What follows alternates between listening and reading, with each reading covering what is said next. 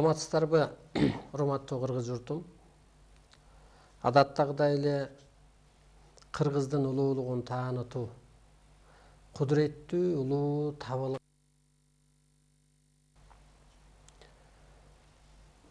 Кудай ошо жер энени жаратып,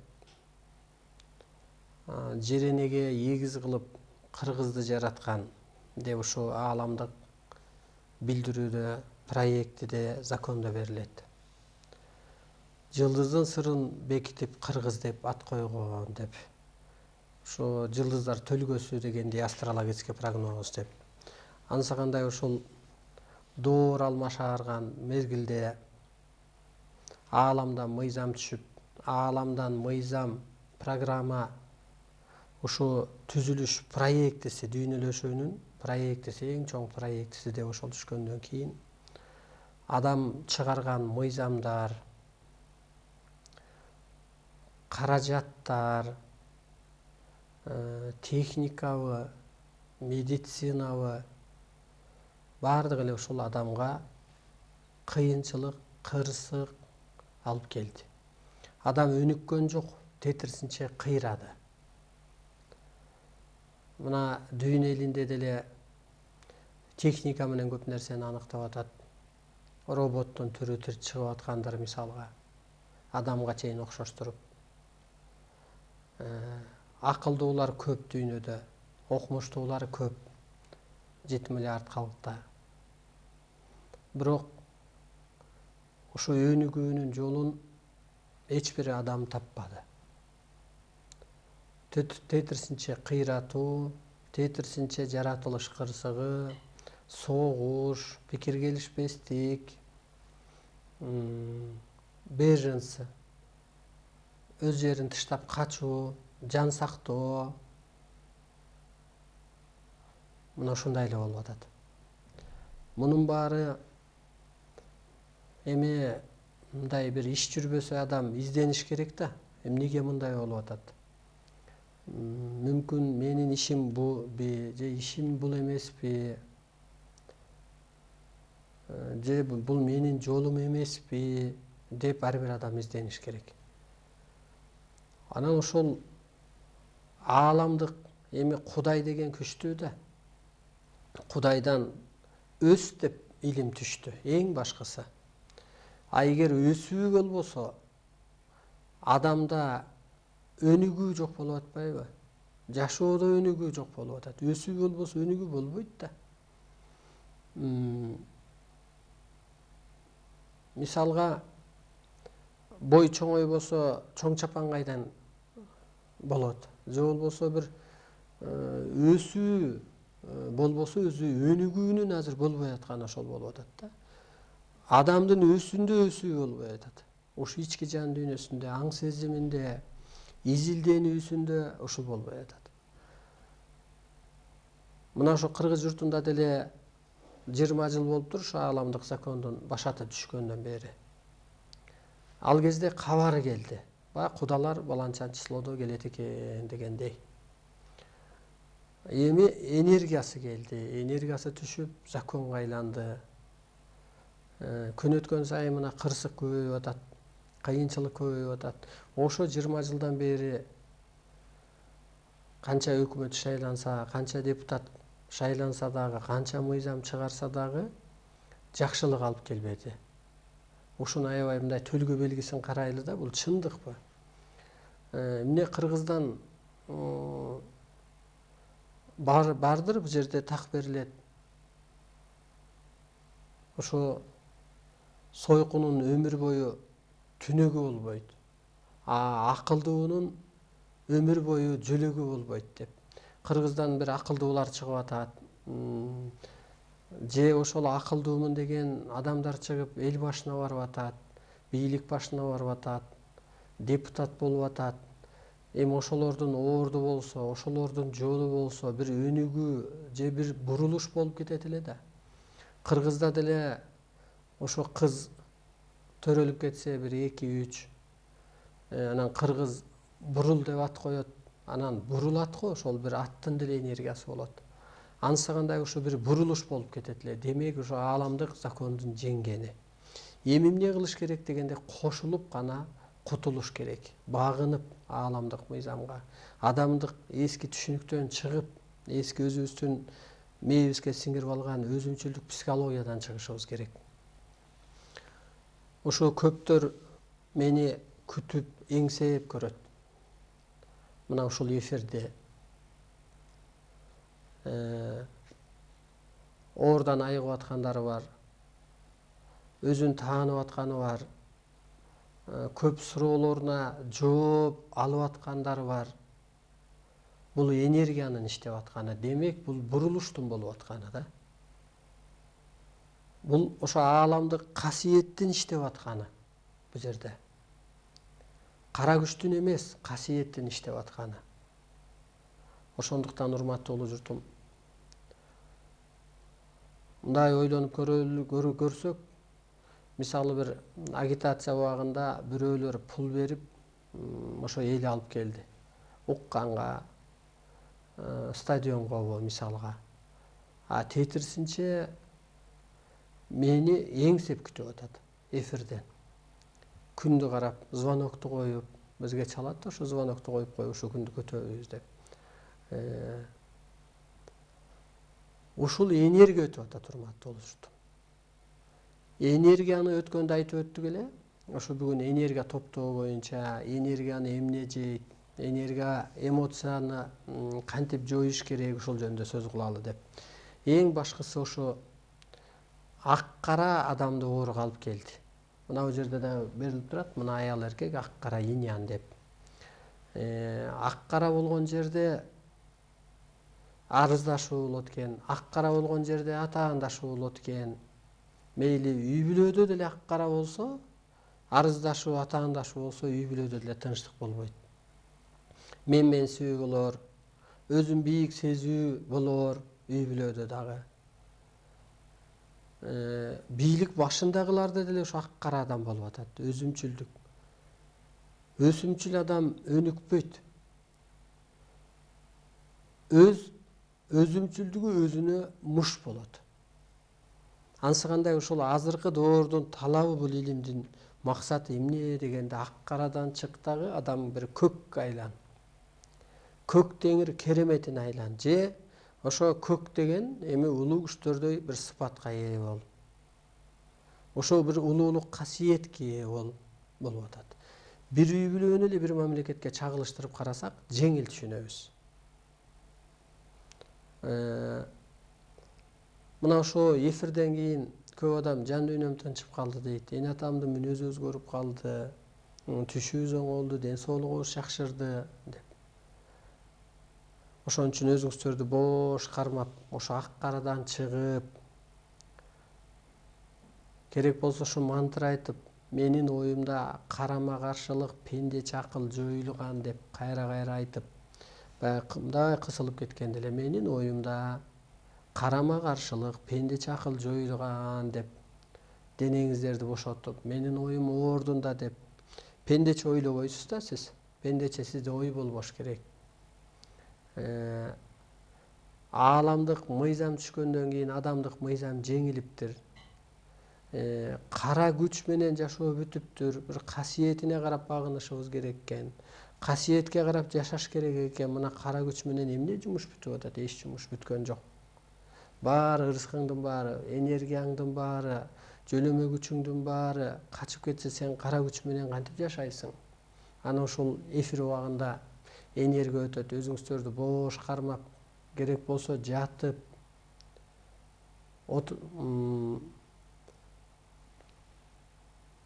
ушу боштондук деген энергия бар тегерегибизде, улуу энергия бар. Ошолор мени жан дүйнөмө, турпатыма жайгашсын деп денеңиздерди бош кармап отуруңуздар. Биздин максат ушул. Бул жерде так берилет, ушу ааламдык сабак убагында адамзат айыгат. Ааламдык сабак убагында качкан касиеттери келет, көзгө көрүнбөгөн сырлар, нурлар берилет. Анан калыптанат деп. Ошо улуулук сыпатка калыптанат, улуу маданиятка калыптанат. Ошон үчүн ошо өзүңүздөрдү бош кармап отуруңуздар. Оорукчандар ошо келип сөз укпаса, түшүнбөсө да айыгып кетет. Ошо энергиянын иштегени да. Ошондо Кудай мына илимин берди. Ааламдык илимин бергенден кийин ааламдык касиетин да берди да. Ошо аалам сөздү сүйлөнгөндө ошону уккан адам айыгып атпайбы? Демек, арбайлар, ааламдык сыйкыр күчтөр, көзгө көрүнбөгөн күчтөр сизге кызмат кылып атат. Кара күч менен мен барып чуркап барып силерди дарылаган жокмун да. Сылап сыйпаган жокмун да. Көрдүңүзбү ааламдык био нур энергиянын ушундай таасирин? Ал жугуш үчүн сиздерде деги эле жаңы доорду жашоо үчүн ошо ак карадан чыгыңыздар.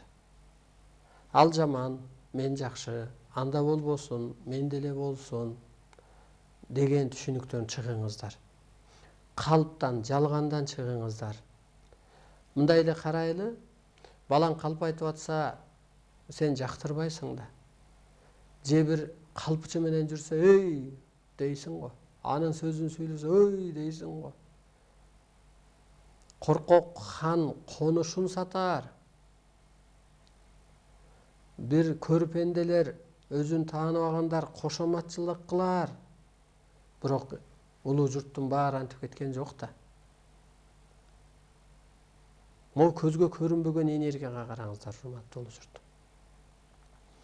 Мына ошондо үйдүн атаны эле элестетели кайра. Бийлик деген бул эмне дегенде, бийлик бул бийик түшүнүк. Бийликтеги адам кандай болуш керек дегенде, өтө бийик касиеттүү адам болуш керек. Бийик энергиялуу болуш керек. Бийик аң сезими бийик болуш керек. Ошондо анан ошол бийлик туура жүрөт. Кайра эле атабызды бийик маданияты болсо, бийик сыпаты болсо, улуулук бир касиети болсо, анан үйдө энергия бар, үйдө тынычтык бар. Тескесе да туура тескейт, багыт көрсөтсө дагы учурчак менен туура көрсөтөт. Көрдүңүзбү? Ошондо бул жерде так берилет, арыстан алай сен дүйнөгө башчы болосуң деп берилет бул жерде. Арыстан алай сен жер ааламдын түбөлүктүү түркүгүсүң деп. Сен адамзаттын энеси, атасысың жана сезим туюмусуң. Арыстан алай улуу күчтөрдүн көрөр көзү, айтар сөзү, кылар иши деп. Мына мен ошолордун сөзүн айтып атам. Кылар ишин кылып атам, көрөр көзү. Мына караңызчы. Арыстан алай ааламдан түшкөн түгөнбөс нур керемет. Арыстан алай кыргыз тукумун коргоочу, адам тукумун оңдоочу жалгыз булак. Арыстан алай жер энени бейиш отун адамзатты улуу жолуна салуучу көрүнүп көрүнбөгөн ыйык ядро. Бул эмне деген түшүнүк дегенде, адам ошол улуу сыпатка айланган кезде табиатка мээрим төгүп, жашыл кыла алат. Ошон үчүн жана ак кара жоюлат. Ошол кыш болбойт деген түшүнүк ошол. Эски кырс мүнөзүнөн чыгат. Табиат жашылга, адам көккө айланат, ак кара жоюлуп, менменсинүү, улутка бөлүү, динге бөлүү, аял эркекке бөлүү жоюлат да эле акырында көк жашыл калат. Адам көккө айланат, ошо көк теңир кереметине, көктөй тегиз мүнөзгө, ошондой тынчтыкка, ошондой унчукпастыкка, ошондой улуулукка жетип калат. Анан ошол кезде табиатка мээрим төгөт. Табиат сен бейишсиң, мен жомокмун деп, табиат менин үйүм деп. Үйгө деле мынтип карайбыз го, бир тазалыгына, ордунда болушуна, ансагандай табиатка да ошентип карап калат. Мына ошол кезде анан бул дүйнөгө таанылык болгон үчүн анан жана зимани будет деген сөз чыккан. Ал бир өзү чоң энергия. Энергия да табиат эле жашылга айланып кетсе, адамдын эле бир көккө айланып кетиши, кырс мүнөзү жоюлуп кетиши, ошон үчүн энергиялуу сөз болгондуктан ар ким ар кандай кабыл алып атат. Бирөө аябай ойлонуп атат, бул эмне деген мунун аркасында деп ар кандай философия тил менен чечмелеп. Бирөө күлүп атат. Күлкү деле бир чоң энергия менен кирип атат, ички жанында бир мындай коду ачылып кетип атат. Ансагандай урматтуу улуу журтум, ошо ак карадан чыгыш азыр бизде маселе болуп атат. Ак карага түшүп алганыбыз ошол оорун алып келип атат, кыжаалатчылык, кысылуу, өзүмчүлдүк. Ак карага илешип алган бийликтегилер улуу журтту улуу жолунан бурмалап атат. Улуу элди, улуу күчтөрдүн ишине тоскоол болуп атат. Мисалы баягы жан дүйнөсү жарды аял ириткич, жегич зат. А жан дүйнөсү өскөн аял көрүктөндүргүч, өнүктүргүч дейт. Караңызчы, ошо жан дүйнөсү жарды аял жегич, ириткич зат. Аккарага түшүп алган да. Ошондуктан бизде ааламдык мыйзам эмнеге бул мындай берилди дегенде, өсүү болуш керек болуп атат да, анан ошондо өнүгүү болуп атат. Жан дүйнөдө, жашоодо ниетиң таза болсо, ошого жараша күн көрөсүң дегендей, ниет тазарыш үчүн таза дил, табыгы илим керек. Илимсиз адам өспөйт, окубасы өспөйт да, өзгөрбөйт. Ушул ааламдык сөздүн энергиясы болуп атат, энергиясында болуп атат. Кептин баары ал өзүндө эмес, эки сөздү укса укпаса, түшүнсө түшүнбөсө дагы жан дүйнөсү тынчып калып атат. Эстесе эстей албай калса дагы. Ошондуктан мына могу сүрөттө берилет, кыргыз өлкөсү түптөлөт, дүйнөгө көчүрүлөт деп. Ошону башатында бар айтам, бул кыргыз өлкөсү түптөлүш керек эле деп. Эртең биз кыргызга дүйнөгө чыгайын, мейли орус тилге котортолу, англис тилге котортолу, дүйнөгө барып кыргыз дүйнөнү башкарат десе, өзүңөрдү тейлеп алгыла дейт да. Ал үчүн кыргыз өлкөсү түптөлүш керек. Ушу жаңыча идеология, улуулук түшүнүккө ак карадан чыгып, бай эне ата, бирөөнүн эне атасы менен жолуксаң, абдан жакшы кишилер экен деп каласың го. Сен жаман жердин баласы эмес экенсиң, тектүү жердин баласы экенсиң деп. Анысы кандай? Азыр эл ак карадан чыга албай атат. Себеби биягы саясат болуп атса, көчөдө кыйроо болуп атса, кантип чыгат? А саясат же болбосо ошо башаттагы адам касиеттүү болсо, багытты туура бере алса, анан адамдын деле санаасы тынчып калат да, кыргыздын деле санаасы тынчып калат. Ордубузду эми таптык окшойбуз, эми өзгөрүү болот окшойт. Карачы улуу сөзүн, улуу маданиятын, улуулукка үндөсүн, жол көрсөтүүсүн деп мисалга. Ошон үчүн кыргыз өлкөсүн түптөө бул ар бирибиздин милдетибиз. Жаңыча мен ошо бүгүн сиздерди милдеттендиргим келди. Бул жерде мына так берилет. Ар бир адамдын ою асман жерге таасир этерин билип, мына окуп берейин. Ар бир адам өзүнүн жеке ою менен аалам жерге таасир этерин билип, өзүн жоопту сезсин. Мына сенин жаман оюң аалам жерге таасир этет экен.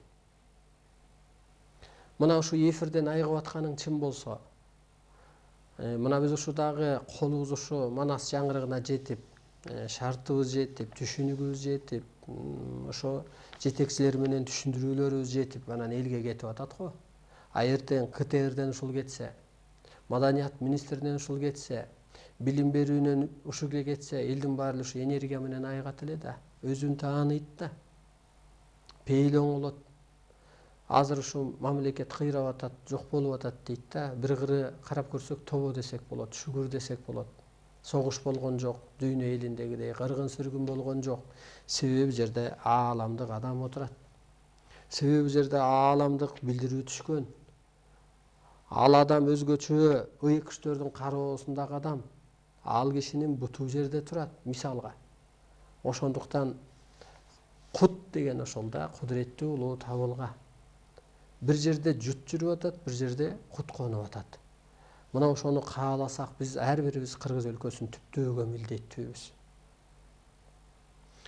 Мына азыр ушу саясаттын эң алсыз жери же слабый жери бул кагаздан бүткөн мыйзамы болуп атат. Бир үй бүлөнү эле бөлүшүп атабыз да, ата муну кылыш керек, эне муну кылыш керек, жеңе муну кылыш керек, улуу байке муну кылыш керек, муну кылыш керек. Анан каршылаш болуп атат, бир законубузга туура келбей. Өзүбүздү таанысак, кой тегерегибизде эл көрүп турат. Ал улуу атабыз, жаман айтпайлы. же анын колу бошобой атпайбы, ооба жакшы эле ниетинде айтты, бирок мындай оозунан жаман сөз түшүнүп чыгып кетти. Сени жаман болсун деп айткан жок да ал, деп кетсек эле кагаз мыйзамы жоюлуп кеткен атат, асайган атат. Энергиябызды ошол жеп коюп атат, кагаздан бүткөн мыйзам. Ошо кагаздан бүткөн мыйзам үчүн мына биз шайлоого бар айтам мен. Ошо шайлоого бир голос бериш керек экен. Ошого бир добуш кошуш керек экен. Ошон үчүн урматтуу улуу журтум, мына кырсык качан болот дегенде, адам ааламдык кызматын билбегенде Кудайдын ачыктан эскертүүсү бул кырсык. Бала чаканганбы, пикир келишпестиктенби, каражаттанбы, турмуштанбы, мүнөздөнбү, төрөттөнбү, техникаданбы, бул Кудайдын ачыктан эскертүүсү. Ошон үчүн ар бир адам азыр алтын доорду курууга, кыргызды ойготууга милдеттүүбүз. Эгер ушу Кыргыз өлкөсү түптүлөт дүйнөгө көчүрүлөт деген бизерге сүрөтү менен билдирүү түшпөсө, биз антип умтулбайт элек. Себеби ушул проекти менен баратабыз. Ошон үчүн ар бирибиз ушул чыныгы доор үчүн, кыргыз козголуп кетиш үчүн, ойгонуп дүйнө түптөлүш үчүн салымыбызды кошушубуз керек. Бизге ушу суроо кылат, КТРден эмнеге сүйлөбөйсүз, элдин баары укса болбойбу деп. КТРде биз 6 жылдан бери өткөн дебатта биринчи жолу чыктык. Себеби чыгарбайт. Атаандаштын кереги жок бирөөлөр үчүн. Жетпейт беле, менден бийик сүйлөгөн адам барбы? Же менден бийик касиеттүү адам барбы? Же менден бийик багыт берчү адам барбы? Көрдүңүздөрбү? Ошондуктан байлык, бийлик да бул өзү ак кара. Мына байлар келип алды дагы байлыгы менен бийликти жүргүзүп атат. Жөнөкөй эле бир комок башка водканы сата албайт экен, себеби лицензиясын алып койгон Кыргыз алкадан. Бирөөлөр келет экен, мына бийликте тургандан. Ай унумбу, ушунун арагын сатсаң, ана биз сага лицензия алып беребиз депчи. Караңыз. Башка тармакты айтпайлы го, жөн эле бир комоктун бир маселесин айтып атабыз. Ошон үчүн байлыктын, бийликтин өзү доору бүттү. Касиетиң болбосо, байлыгың да жараксыз. Касиетиң болбосо, бийлигиң да жараксыз. Касиетиң болбосо, элиңе сен наалыбагын. Касиетиң болбосо, сен эч кимге таарынбагын. Касиеттин гана доору келди. Кыргыз башчысыны кандай болот деп азыр ойлонсоңуздар, кыргыз башына келген адам бул адамзаттын атасы болот. Себеби кыргыз элкеси эгер түптөлбөсө, өнүккөн өлкөлөрдө, башка улуттарда банкрот болот, бороон каттайт. Себеби алар аалам сырын ача элек да. Кудай эмнени каалап атат жаңыда. Табият эмнеге кырсыктап атат. Адам эмнеге мындай кыйынчылыкка капталып атат. Ошон үчүн азыр Кыргыздын башчысы бул дүйнө элинин атасы, башчысы болуш керек. Ооба биз караңгы түрдө шайланганбыз. Президент болуп эмес, адамзаттын атасы болуп. Бийлигибизди жүргүзүп атабыз. Бирок ачыкта курулуш керек да баары нерсе. Ачыкта медицина жоюлуш керек. Ачыкта адамзаттын аң сезими өсүш керек. Кыргыз башаттагыдай касиеттүү болуш керек. Жана бир кандидаттар айтып атат да, мисалга биз өнүккөн мамлекеттин 10-дун 1 алып барам депчи. Эч кандай барбайт ал. Эски алардын түшүнүгү менен. Кыргыз өлкөсү, кыргыз эли азыр дүйнөнүн биринчи ордуна чыгат. Эмнеси менен? Касиети менен гана. Касиети менен бийлик жүргүзүп, улуулук сыпаты менен гана он эмне болуп калыптыр, биринчи орунга чыгат Кыргыз өлкөсү. Кыргыз өлкөсүнө карап түптөлөт. Жанагы Евросоюз, таможенный союз дегендин баары жоюлат. Ошондуктан дүйнөнү сактап калуу үчүн биздин оюбуз азыр жердешчиликте эмес. Бирөөлөр азыр жылкысын союп, анан биздин жердеш баратыптыр. Намыс үчүн депчи. Жер үстүндөгүнүн баары жердешпиз. Көрүп аткан күнүбүз, жашап аткан жерибиз, ичип аткан суубуз, дем алып аткан абагыбыз бирөө, урматтуу улуу журтум. Ошондуктан өзүңүздөрдү тааныңыздар. кызматыңыздарды кылыңыздар, ук болуп уланыңыздар. Бул кандай болот дегенде мына алдамчы адам сүйлөп атат. Анын телевидениясы да алдап атат да, кадимкидей эле. Анан ойлоносуң, бул телевидениясы эмнеге алданып атат? Алдап атат ошондо журналист десең, кошомат кылып атат да. Эртең башыбызга бир алдамчы адам барса, баарыбызды алдамчы кылган атат да, мисалга. Ага биздин көңүл туура келеби? Болбосо биз парламентке барат элек, канча партия биз менен бар деди, чогуу кетели деди. Аура же мнение эки башка да. Меники чындык, аныкы жалган. Жок кишини эле мен мынтип компьютерин баса албайм да. Мага анын көкүрөгүм жол бербейт, өзүм көңүлүм жол бербейт. Ансагандай урматтуу журттун бир ойгончу, козголчу, жана бурулбек дегендей бурулуш кылчу бир мезгил келди. Себеби аалам мыйзамы жеңди, адам мыйзамы жеңилди. Бизде рекламалык тыныгуу бар, ошондойн улап сүйлөйлү.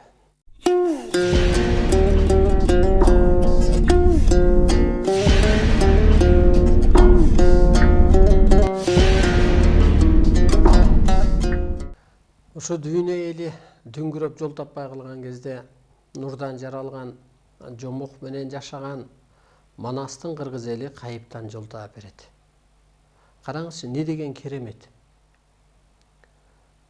Ушу биз Кудайга аябай ыраазы болушубуз керек. 2012-жылы ошо конец света деп көп адамдар үмүт үзүлдү, кээ бирлер камданды, кээ бирлер жерге бир контейнерден үй салды дейби, мисалы батыш өлкөлөрүндө жетиштүү, каражаты жетишкен адамдар. Ошол дагы бир илим түшүп, адамдын өсүү жолуна анан ошо сакталып калды десек болот. Көп адамдар, ошо Кыргыздан чыккан адамдар көп бир мындай шаманчылык касиеттерин иштетти. Көп бир аракеттерин кылды. Ошондуктан чында ушу адамзат үчүн бир жаңы жашоо башталды. Кыргыз үчүн бир бакыт келди, кыргыздын бир бактысы ачылды. Бактысы ачылган эми ушул өнүгүү жолу түштү да. Өзгөрүү, мына эмоциядан чыгуу, мен өзүмдүн мүнөзүмдү, өзүмдүн жашоомду, өзүмдүн түшүнүгүмдү күнүгө талдап турам да, өсүүнү, өзгөрүүнү, жазууну, ойлоп табууну дегендей. Анысы кандай эле? Эми өнүгүүнүн жолу түштү, ааламдык программа, проекти түштү, берилди элге. Канча миң, ушу 10 миң китептер элге таркап сатылып кетти. Ошону мугалимдер алды, ошону интеллигенттер алды. Изденүүдө да ошонун баары. Ал түшүнбөсө ал китепти албайт эле да. Ошол жерге барып сабак өткөндө карап, талдап, анан алышты. Демек өсүү өтө чоң. Эми мындан ары эмне болот дегенде, ошо ар бир адам өз эмгегине жараша күн көрөт. Өсүүгө жалпы эле мынтип жомоктогудай адам өсүп кетпейт эртең. Илимиңди ал, эскичилигиңди 40, күнүгө 40. Жаман кыял кеттиби? Мисалы мына улуу кыргыз жаман сөздү оозанбайт. Жакшы атты угузу узатып коет, антпесе куту качат. Караңызчы. Жакшы сөздү оозанып, жаман сөздү оозанбай келген адамды узатып койбосо, куту качкан атат. Демек, ошо сыпатта адам өзү калыптанып баштайт да, кой, жаман сөздү оозанбайын, кутум качпасын деп. Жалганчылык, жакырчылыкты тартуулайт. Жалган айтылган жерде жакырчылык болот. Ким жалган айтат? Жан дүйнөсү жарды адам жалган айтат. Кой, мен жан дүйнөм өсө элек ошон үчүн жалган айтып атам. Жалган айткан үчүн жакыр болуп атпайбы? Жашоодо, бала чакада, турмушумда деп ар адам өзү өсүш керек. Менде чындап эле улуулук сыпат барбы? Мен жашоого жаралуу максатымды билдимби? Ооба, жаным келиптир ааламдан. Бул дүйнөгө жетиптир, конуптур, бир кызматымды аткарып атамбы? Бүгүнкү күнгө чейин силердин жашооңор, бул кылган кызматыңар, алган дипломуңар, иштеген ишиңер бул жөн эле чыныгы практика болуп келген. Эми чыныгы ишиңерге түшөсүңөр. Ошо чыныгы ишке түштүмбү деп Ар адам өзү өсөт. Анан мен сага айлыгыңды көбөйтүп коем, анан мен сени тентип жүргөнүңөн жериңен алып келип коем деген бул жалган, орундабайт. Улуу кыргыз максаты жеңил болсо, жерене жерит, сөзү жел болот. Максат жеңилдиктен ар нерсени айта бербеш керек адам. Караңызчы, мына ар адам өсөт. Ар адамга сен багыт бер, эң башкысы багыт бер. Материалдык мирден өсүп өтүп бүттүк, ар нерсени көрдүк, сыноодо калдык. Эми ушул биз өзүбүздө бир чоң ачылыш керек болуп атат. Дүйнөгө таанылыш керек болуп атат. Кыргыздын духун дүйнөгө таанытыш керек болуп атат. Кыргыздын духу деген бул ошо кайтпастыгы, ошо калыстыгы, ошо көсөмдүгү, чебердиги,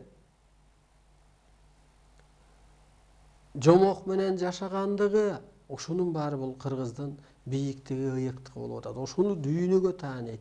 Себеби дүйнө эли кыргыздан таркаган. Кайра кыргызчылыкка, кыргызга бирикчү мезгил келди. Дүйнө эли эңсеп атат, дүйнө эли багыттап атат. Ошого кыргыз жол көрсөтөт болуп атат. Биздин жоопкерчилик ушул. Эгер муну аткарбасак, анда кыямат күнгө түш болот деп берилет. Бул бир эле Арстан Алайга берилген жок да, бул жоопкерчилик, бул милдет. Бул мактаныч эмес, бул чоң милдет. Биз уук улашыбыз керек. Мен түндүк болсом, ууктар керегиге кызмат кылыш керек. Бул жерде так берилет, ошо ууктар ким? Саясатчылар, журналисттер, калыстар, шамандар, ошо шаманчы ырым-жырымы барлар, адамдар, ошолор уук болуп уланат деп. Анан кереги карапайым элге ошолор жеткирет. Мына азыр биз дебаттан 2-4 сөз айтсак, ошону эл кеп кылып атат. Ооба, жан дүйнө өсүш керек экен. Жан дүйнө өсмөйүн, оору кырсык боло берет турбайбы деп. Элчилик элге өтүп кетти. 2 сөз болсо дагы. 2 сөздөн башталган го бул нерсенин баары. Ошондуктан кызматыбызды кылбасак кырсык боло берет. Чындап эле мындай эле жөнөкөй караганда деле жумушка орношсоң да бир кызмат үчүн орношосуң да, аны кылбасаң бошотуп ийет да. Анысы кандай бул дүйнөгө биз келдик, 2000-жылга чейин тарбияландык, андан бери да тарбияландык. Эми чыныгы кызматыбызга түшүбүз керек. Ошондо учурдагы аракетиңер, ишиңер үчүн бактуу өлөткө жетесиңер болуп атпайбы? Башаттагы күнөөңөр кечирилет деп. Мейли күнөөң жок апапак болсоң дагы бактуу өлөткө жеткиң келеби? Кел учурдагы аракетиңди кыл. Мына мен улуулук үчүн алып баратам. Могу утурумдуктан пайдаланып атам, учурчакты пайдаланып атам, ошол убакка чыгып ушул сөздөрдү деп калып атам.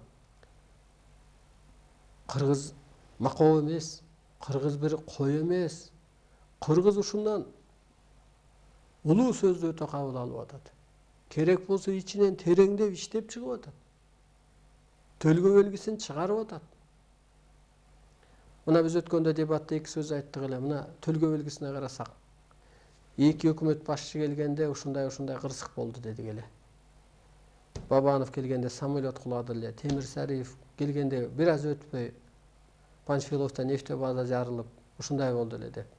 Андан кийин бирөөлөр жазып чыккан экен интернетке. Андан кийинки премьер-министр келгенде ушундай кырсык болду деп. Азыркы келгенде жакындары, жардамчылары кайтыш болуп атат. Бул эмне деп атат дегенде, кылым мыйзамы күчөп атат десек болот да. Кылым мыйзамы күчөп атат. Биз азыр кризис издейличи, адамзатты кантип кризистен чыгарабыз?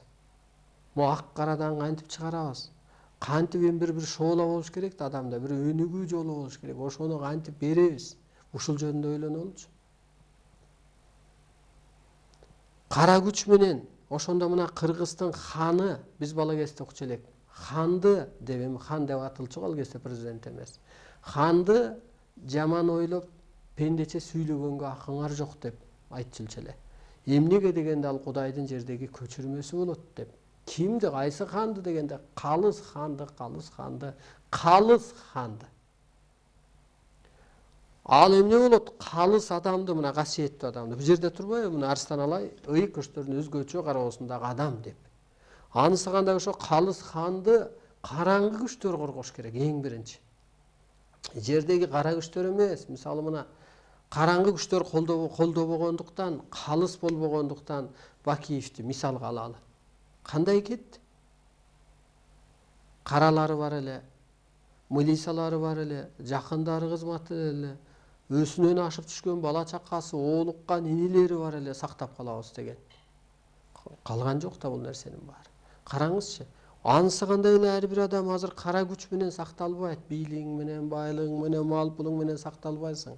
Азыр касиет деген доор келди. Азыр ошо касиетине карап багынат. Мына бизге таазим этип келген ага эжелер бар. Ушинтип кадимкидей эле жүгүнүп, эмнеге деген ичинен бир нерсе көрүп атат. Бизге келгенде иши оңолуп атат.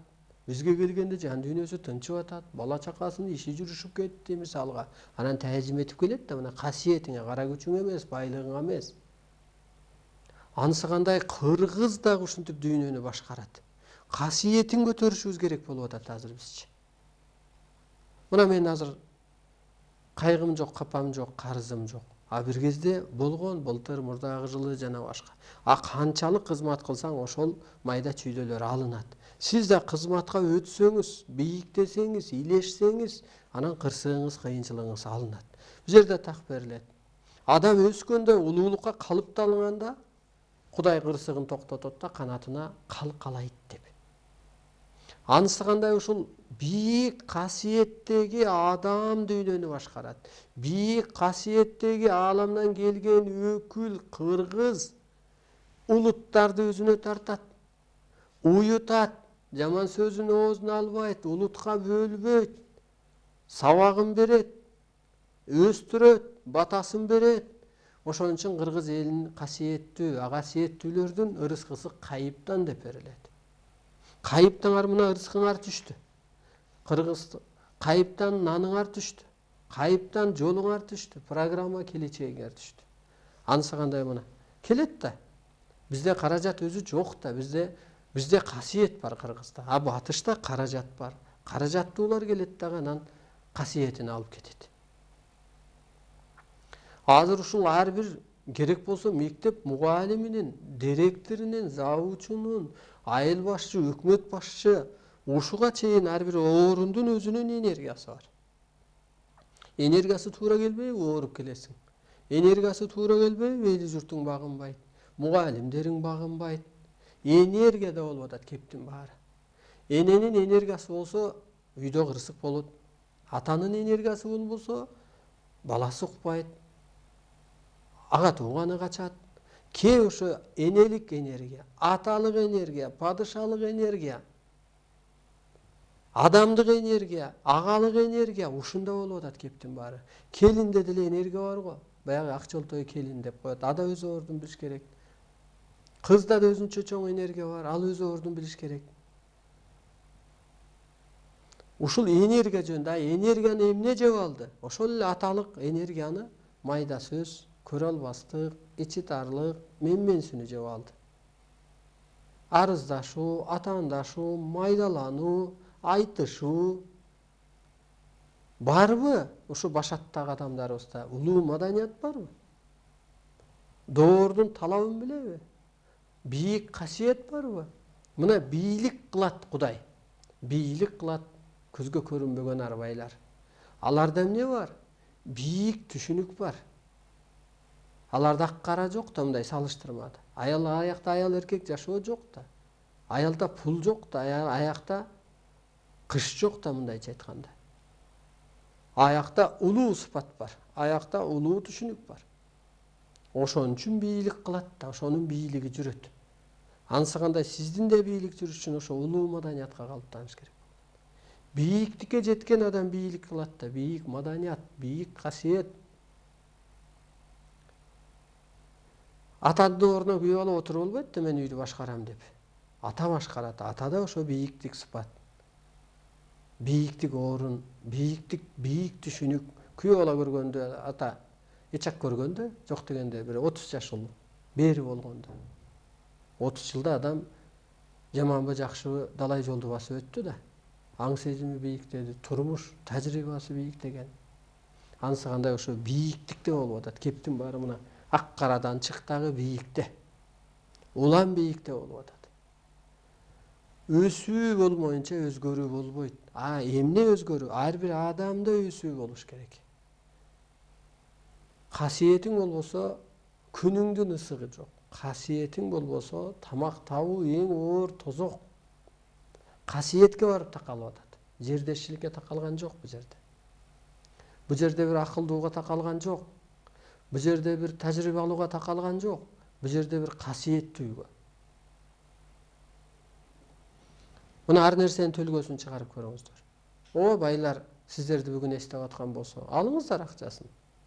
Ал арам иш эмес. Мени элден жеп алган булар. Ошо элдин ырыскысын кайтып атат окшойт. Бу да жакшы, алып кел. Ырыскым кайтып атат деп төлгө белги чыгарыңыздар. Берсе алыңыздар. Жакшы эмеспи ошондой бир кандайдыр бир кара күч менен берип атат да айласы келгенде. Бирок ошол акчасы менен сиздерди сатып алгандар. Коркутуп иштен алып салам деп сатып алар. Бирок ишенимиңерди сатып алган жок да. Ички жан дүйнөңөрдү сатып алган жок да. Анысы кандай эле ушул турмуш деле карап көрүңүз. Ушунун баары бизге сабак, бүгүн ушунун баары эле тарбия. Эң эле нерсеси менин ишеним чексиз эмне? Аалам мыйзамы түштү. Эртедир, кечтир бул жеңет. Себеби могу жер энергиялуу, тебет. Жалганчыны, өсүмчүлдү. Ааламда өсүмчүл барбы? Ааламда эмне? Бир эле улутун жаралган эмес. Бир улут үчүн эле Кудай жаралган эмес да. Адамзат үчүн, табият үчүн бир керемет күч да. Анысы кандай ошо азыр сиздер адамзатты ойлосоңуздар, табиятты ойлосоңуздар, ошо кыргыздын бийиктигин ойлосоңуздар, алтын доорду курууга милдеттүүсүңөр. Мына мен милдеттүү түрдө бар айтам. Залогун төлөп, пулун төлөп, жыйынына барып, эмейли бул кагаз. Касиетин буруптун арбыз акыры. Бирок ошо доор, анысы кандай да силер да ошол бурулуш кылганга, алтын доорду курганга милдеттүүсүңөр. Түшүңүздөргө караңыздар. Түшүңүздөргө азыр көк асман көп кирип атат, ак булуттар көп кирип атат, ата тег арбайлар көп кирип атат, агын суулар түшкө көп кирип атат. Тетирсинче батеңкесин таппай түшкө кирип атат. Тетирсинче ит каап, жылаан чагып, өгүз сүзүп түшкө кирип атат. Ошонун баары эле ажырым болуп атат. Азыр адам экиге бөлүнөт. Өсчүлөр жана жалган дүйнөнүн өкүлдөрү, өлчүлөр. Өшчүлөр жана өсчүлөр болуп. Бул аалам мыйзамы абада иштеп атат. Жакшы өзүңүздү ушу бошотуп отурсаңыз, көкүрөңүздөрдө бир кереметтер иштеп атат. Сезип туюулар иштеп атат, изденүүлөр иштеп атат. Адамды ооз менен жөн эле кабардар кылып коюу менин милдетим. Аба менен ичинен окутуу. Адам ичинен окуган кезде бир башка чоң керемет иштейт. Ичинен, адамдын ичинен окутуу. Аны эч ким токтото албайт. Ал ичинен өзгөрүп чыккан кезде. Ал жөн эле өсөт. Ал күнүгө изилденүүдө болот, күнүгө ойлонууда болот. Ошон үчүн ооз менен окутуу бул энергия коротуу, ой менен окутуу бул бийик түшүнүккө өткөрүү болуп берилет.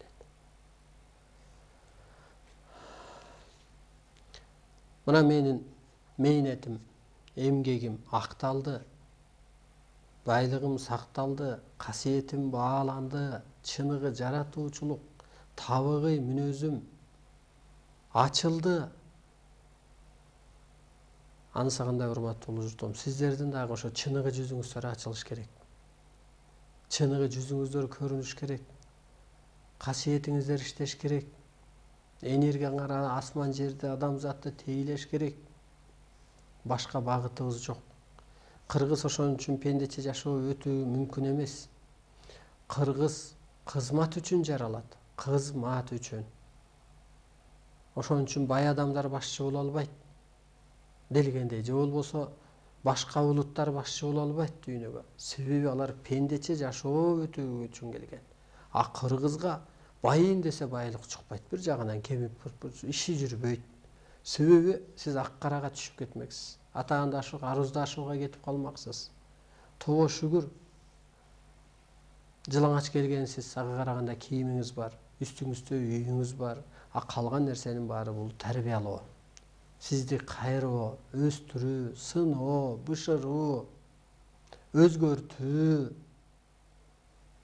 Өз қалауыз менен өсүү бұл жақшы екен да, өз күнөөбүздү өзүбүз моюнга алуу да бұл жақшы екен да.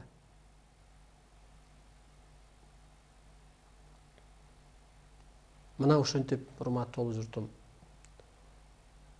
бийик түшүнүккө жетүү керек.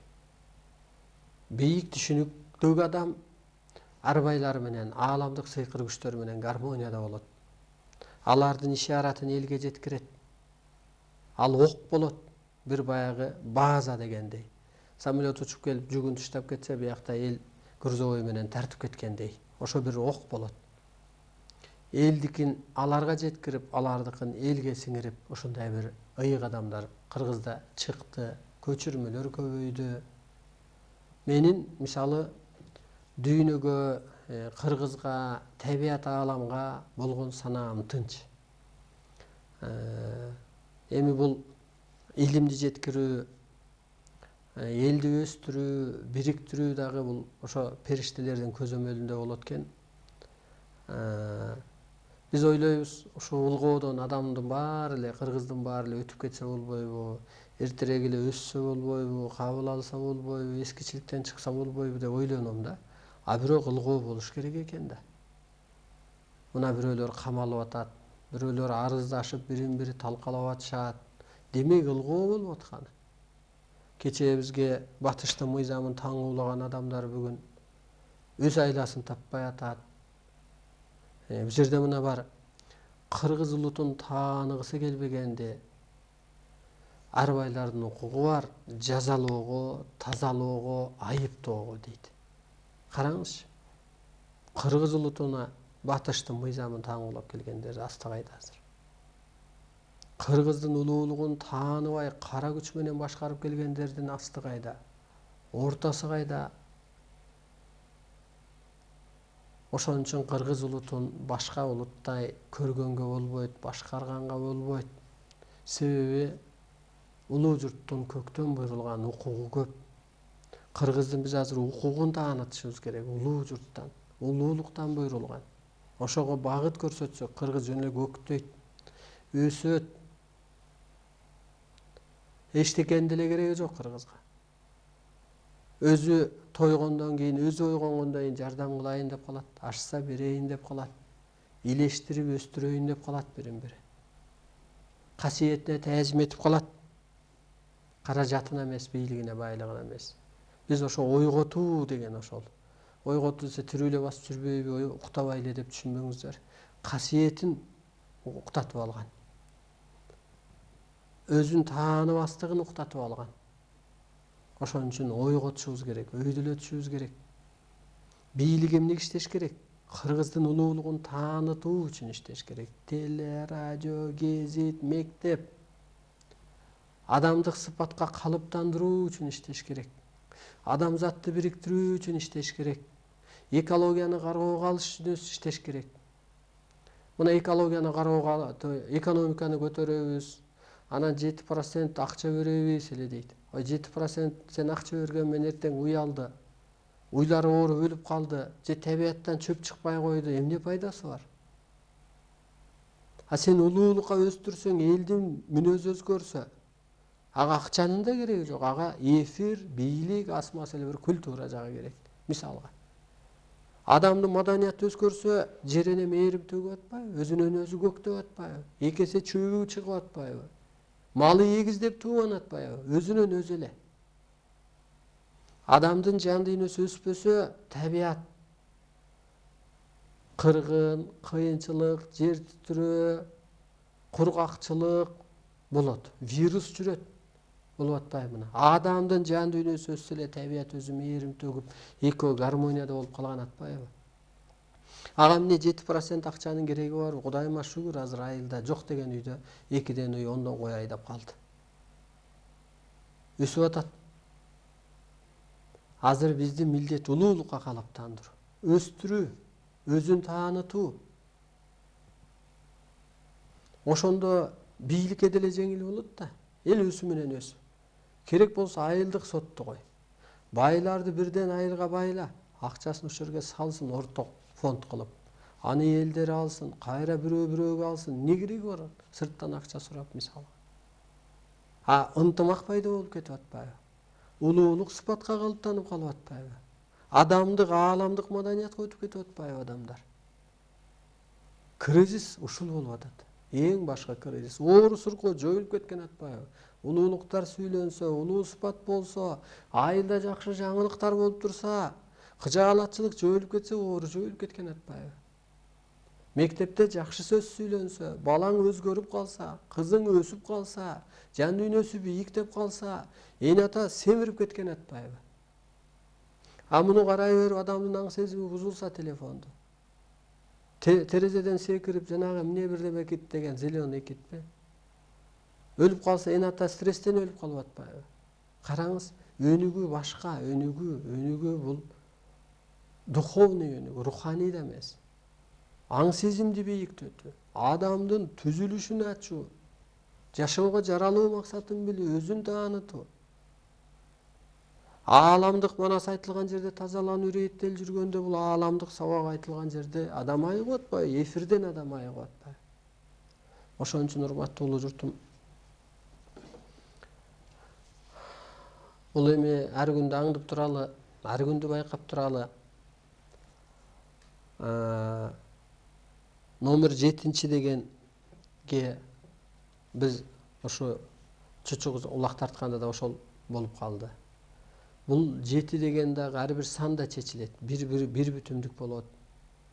Мындай секиртип айтайын. 10 бул оомат болуп чечилет. 7 бул өзү жетилүү болот. Жан дүйнөнүн жетилгендиги. 7-нин бири ыйыкмын дегендиги. Ансыгандай ошол семья, үй бүлө жана мен деген кайра. 7 күндүн 8 жок го жерде, 8-чи ишкин жок, 8-чи боек жок, 8-чи нота жок. Ансыгандай бул 7-чи номердин мага келиши дагы бул бекеринен болбосо керек. Бул кыргыздын жетилгендиги болсо керек. 7 катар аалам ээлеринин жетилгендиги болсо керек. 7 катар жер эненин жетилгендиги болсо керек. 7 катар ошо ак, көк, жашыл, кызыл деген боектор да чечилет. Ак бул акыреттик иштер болот. Кара бул караңгы сырлар болуп чечилет. Кыр-кырынан чечилет. Сары бул өзү сыйкырчылык болуп чечилет. Кызыл бул кызыр жылоологон болот. Жашыл болсо бул жан дүйнөнүн жаңыланышы болот. Көк болсо бул адамдын көктөшү болот. Ансыгандай ушу 7 боектун дагы бир күчүнө кирген мезгил окшойт. Бир бурулуш болчу мезгил. Мага баары бир мен өз жашоом өзүмдө, мен дүйнөгө чыгып кете берем. Дүйнө аукцион жүрөт бул Арстан Алай үчүн. Себеби табияттын кырсыгын ачып берип атсак, адамдын өнүгүү жолун таап берип атсак, кароого алып кетет. Бирок Кыргыз өлкөсү биринчи түптөлүш керек эле. Ошондуктан күнү түнү ойлонуп, ошо чындык үчүн, ак кара жоюлуш үчүн, ошо адамзат өнүгүп кетиш үчүн, улуу жолго баштап кетиш үчүн ошо добушуңарды милдеттүү түрдө бересиңер. Себеби ошого салып чыккандан кийин бир энергия иштейт. Мен аалам үчүн баратам. Ошо аалам кереметтер сизди барып айыктырып атат да. Көзгө көрүнбөгөн күчтөр ошо мен сүйлөгөндө сиз ошо түңүлүп, мындай үңүлүп карап отурганда сизде энергия жүрүп атат. Ошолор иш кылып атат. Мен колум менен барган жокмун. Алар күбө бу жерде так берилет. Могу көзгө көрүнбөгөн энергия, Кудай анын улуу кызматчы ата тек Нарбайлы периштелер дегиле мындай высшие силы, жогорку күчтөр. Сенин кылган жаман жакшы ишиңде эмес, айткан жаман жакшы сөзүңдө эмес, керек болсо оюңду окуп турат деп. Ошондуктан адамзатты боштондукка чыгарууга, кыргыз журтун түптөөгө, табиятты сактоого, адамзатты сактап өстүрүп калууга ар бириңер милдеттүүсүңөр. Ошон үчүн кагаз жумушуна дагы киришиңиздер, жакындарыңыздарга айтыңыздар, бул өзү бир бийик касиет деп, бийик чексиз милдет деп. Ошондо мен каттоодон өттүм деп өзүңүздөрдү бир мындай өзгөртүп өтүңүздөр. Урматтуу улуу журтум, өзгөрүү, жаңылануу бул баары бир болот. Аалам мыйзамы жеңди. адам мыйзамы жеңилди, ошон үчүн адам акылы менен эч нерсени чече да, жетектей да, токтото да албай калды. Ошо көкүрөгүңүздөрдө аалам мыйзамы бийиктетсин, бийлесин, жан дүйнөңүздөрдө өсүү болсун, өзгөрүү болсун.